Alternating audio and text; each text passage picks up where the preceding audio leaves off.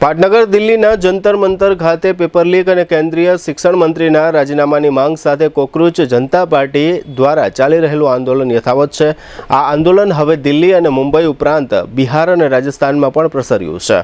Cockroach જનતા party દ્વારા આજે શુક્રવારે આ આંદોલનને દેશવ્યાપી બનાવવાનો કોલ આપવામાં આવ્યો હતો। તે દરમિયાન ગઈકાલે ગુરુવારે મધ્યરાત્રિ બાદ વડાપ્રધાન દ્વારા એક વિડીયો સંદેશ જાહેર કરવામાં આવ્યો હતો। આ વિડીયો સંદેશમાં કહેવામાં આવ્યું છે કે પેપર લીકની ઘટનાઓ રોકવા માટે સંસદ वर्तमान ચોમાસુ સત્રમાં એક બિલનો ડ્રાફ્ટ લાવવામાં આવશે। આ ઉપરાંત અન્ય તાજો ઘટનાક્રમ એવો છે કે લદ્દાખના એક્ટિવિસ્ટ સોનમ વાંગચુકના ઉપવાસ પૂર્ણ થઈ ગયા છે। તેમણે પારણા કરી લીધા છે। જો કે કોકરોચ જનતા પાર્ટીના સ્થાપક અભિજીત દીપકે સ્પષ્ટતા કરી છે કે ઉપવાસ પૂર્ણ થયા છે, પરંતુ આંદોલન ચાલુ છે। જ્યાં સુધી કેન્દ્રીય શિક્ષણ મંત્રી ધર્મેન્દ્ર પ્રધાન રાજીનામું નહીં આપે ત્યાં સુધી જંતર મંતર ખાતે વિદ્યાર્થીઓનું આંદોલન ચાલુ રહેશે।